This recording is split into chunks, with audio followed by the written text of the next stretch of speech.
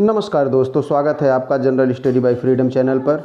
दोस्तों, हम लेकर के आए हैं सीटेट 2023 की न्यू अपडेट्स के बारे में। टीचिंग में कैरियर बनाने के लिए अभ्यर्थियों को सेंट्रल एलिजिबिलिटी टेस्ट एक बेहतर विकल्प देता है।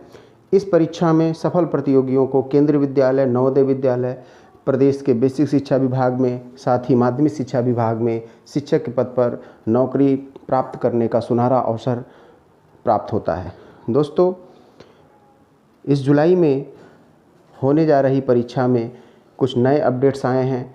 परीक्षा की तिथि में बदलाव किया गया है। दोस्तों, जो नई अपडेट प्राप्त हो रही है उसके अकॉर्डिंग परीक्षा की तिथि 20 अगस्त 2023 है। और साथ ही साथ जो सबसे बड़ा अपडेट आया है वो ये कि जो परीक्षा होगी वो अब सीबीटी प्रणाली से न होकर के ऑफलाइन सिस्टम से होगी, अर्थात पेन पेपर सिस्टम से, जो कि पहले पुराने समय में होती रही है। अब बात आती है कि प्रश्न पत्र में प्रश्न का प्रकार कैसा होगा। तो दोस्तों, प्रश्न वस्तुनिष्ठ प्रकार का होगा। अब दूसरी महत्वपूर्ण बात आती है कि क्या नेगेटिव मार्किंग होगी कि नहीं होगी। तो दोस्तों बता दें, इस परीक्षा में नेगेटिव मार्किंग नहीं रखी गई है। विगत सालों की तरह से इस वर्ष भी नेगेटिव मार्किंग परीक्षा में नहीं होगा। साथ ही साथ महत्वपूर्ण अपडेट ये है कि सर्टिफिकेट की जो मान्यता है वो लाइफ टाइम बनी रहेगी। तो दोस्तों,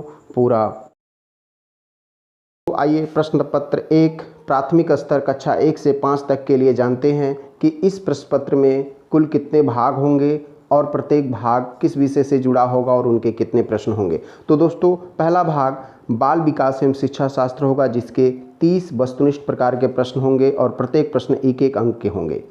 दूसरा जो भाग है वो भाषा से है, भाषा प्रथम। दोस्तों, आप इस भाग को उत्तर देने से पहले इस बात का ध्यान रखेंगे कि आवेदन पत्र भरते समय आपने भाषा प्रथम और भाषा द्वितीय के लिए जो अप्लाई किया होगा उसे ही यहाँ पर हल करेंगे। तमाम परीक्षार्थी इस बात को लेकर के कंफ्यूज होते हैं कि किस भाषा का चयन किया जाए, क्योंकि इसमें कई सारी भाषाएं रखी जाती हैं। तो आप परीक्षा में जाने से पहले अपने आवेदन पत्र को ध्यान से देख लें कि आपने भाषा प्रथम के लिए और भाषा द्वितीय के लिए किस भाषा का चयन किया है। आप अपने परीक्षा में ओएमआर सीट पर उसी भाषा को टिक करेंगे और उन्हीं भाषाओं के प्रश्न का जवाब देंगे। तो दोस्तों, यदि भाषा प्रथम में हिंदी का चयन किया है तो इसके 30 प्रश्न होंगे और इनके 30 अंक निर्धारित होंगे। भाषा द्वितीय के लिए आपने यदि अंग्रेजी का चयन किया है तो इसे 30 प्रश्न अंग्रेजी के वस्तुनिष्ठ प्रकार के होंगे और इसे 30 अंक निर्धारित किए गए हैं। अगला खंड गणित का है। गणित के 30 प्रश्न होंगे वस्तुनिष्ठ प्रकार के और इसके 30 अंक निर्धारित होंगे। अगला खंड पर्यावरण विज्ञान है, जिसमें आपके इन्वायरमेंट से जुड़ी हुई तथ्य होंगे, वैज्ञानिक परिदृश्य से जुड़े हुए तथ्य होंगे। इसमें 30 प्रश्न निर्धारित हैं और 30 अंक निर्धारित हैं। साथ ही कुल परीक्षा 2 घंटे 30 मिनट की हो। पूरी परीक्षा में 150 प्रश्न होंगे और प्रत्येक प्रश्न 1 अंक के आधार पर कुल 150 अंक निर्धारित होंगे।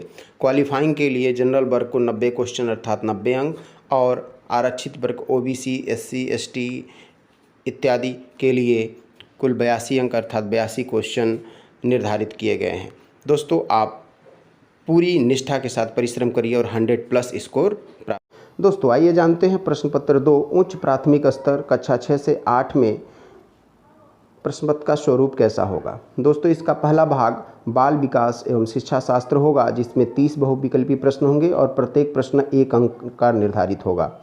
अब बात आती है भाषा 1 और भाषा द्वितीय का। तो दोस्तों, परीक्षा में जाने से पूर्व आप आवेदन पत्र में पूरित भाषा 1 व भाषा द्वितीय का पूर्णतः संज्ञान कर लें कि आपने क्या एंट्री दिया है।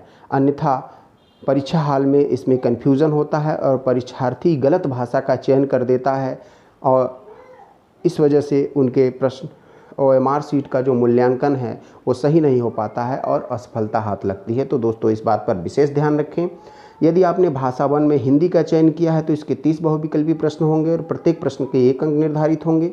यदि आपने भाषा द्वितीय में अंग्रेजी का चयन किया है तो इसके 30 बहुविकल्पी प्रश्न होंगे और इसके प्रत्येक प्रश्न के 1 अंक निर्धारित होंगे। यदि आप बीएससी ग्रुप से हैं अर्थात आप साइंस स्ट्रीम से हैं तो ऐसे में आपको गणित एवं विज्ञान से जुड़े कुल 60 प्रश्नों के उत्तर देने होंगे 30-30 करके, और प्रत्येक प्रश्न जो है वो 1 अंक का होगा। इसी तरह से यदि आप मानविकी वर्ग या कॉमर्स वर्ग से जुड़े हुए हैं तो ऐसे में आपको सामाजिक विज्ञान से संबंधित कुल 60 प्रश्नों के उत्तर देने होंगे और प्रत्येक प्रश्न 1 अंक का निर्धारित होगा। इस प्रकार कुल 150 प्रश्न और 150 अंक के होंगे तथा पूरी परीक्षा 2 घंटे 30 मिनट की होगी। तो दोस्तों यहाँ पर कुछ महत्वपूर्ण बातें जिसको हमने बताया, एक बार फिर से हम रिवाइज करते हैं कि जो अभ्यर्थी गणित और विज्ञान का शिक्षक बनना चाहते हैं उन्हें इस भाग में गणित और विज्ञान के प्रश्नों को हल करना चाहिए। जो अभ्यर्थी सामाजिक अध्ययन या सामाजिक विज्ञान का शिक्षक बनना चाहते हैं तो उन्हें सामाजिक विज्ञान के प्रश्नों को हल करना चाहिए। किसी अन्य भाषा के शिक्षण कार्य में रुचि रखने वाले इन्हीं 2 भागों में से किसी एक भाग के प्रश्न का हल करेंगे। इस तरह से विशेष अपडेट्स प्राप्त करने के लिए आप लगातार हमारे चैनल को विजिट करिए, हमारे चैनल को लाइक करिए, सब्सक्राइब करिए, शेयर करिए, ताकि परीक्षा से जुड़ी हुई जो भी ताज़ा तरीन अपडेट्स हैं वो आपको लगातार प्राप्त होती रहे और हर नई वीडियो आप तक पहुँचे, आपके परीक्षा में सहायक सिद्ध हो।